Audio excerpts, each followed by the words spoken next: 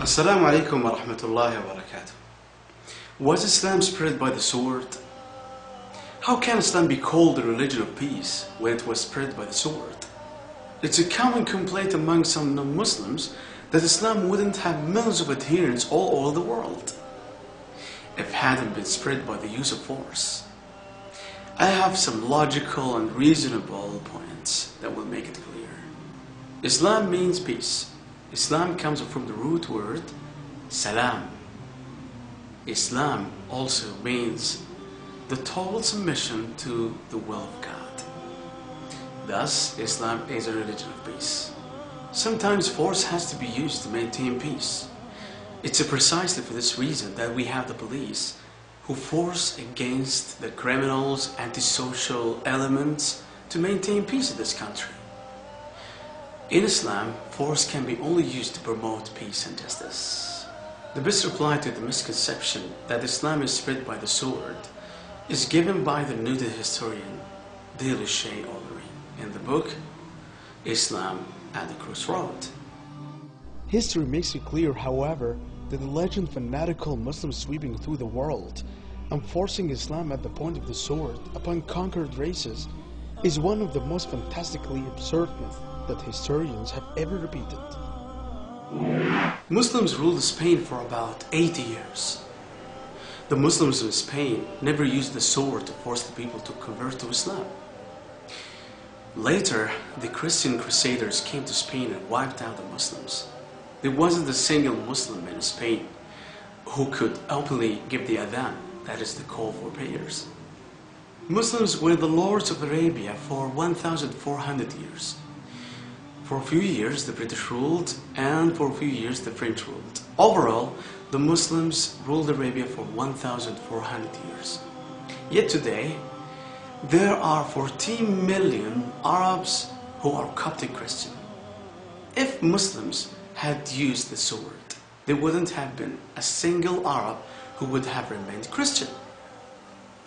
The Muslims ruled India for about 1,000 years. If they wanted, they had the power of converting every and each non-Muslim to Islam. Today, more than 80% of the population of India are non-Muslims, and they are bearing witness that Islam is not spread by the sword. Indonesia is a country that has the maximum number of Muslims in the world.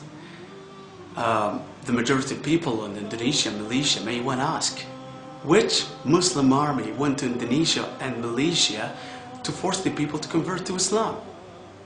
What did Thomas Carlyle say? The sword indeed, but where will you get your sword?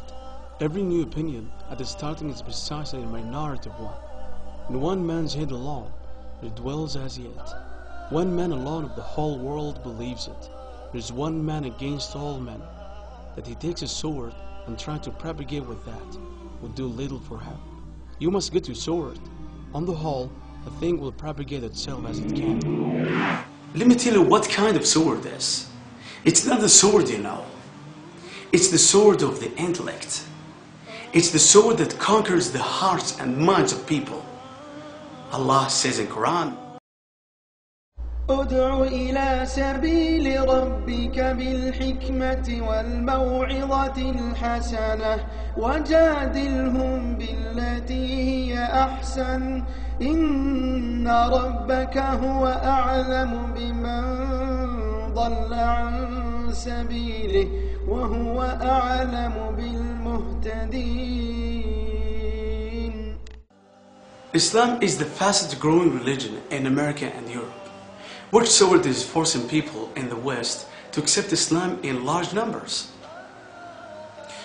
Let's see what the Dr. Joseph said. People who worry that nuclear weapon will one day fall in the hands of the Arabs fail to realize that Islamic bomb has been dropped already.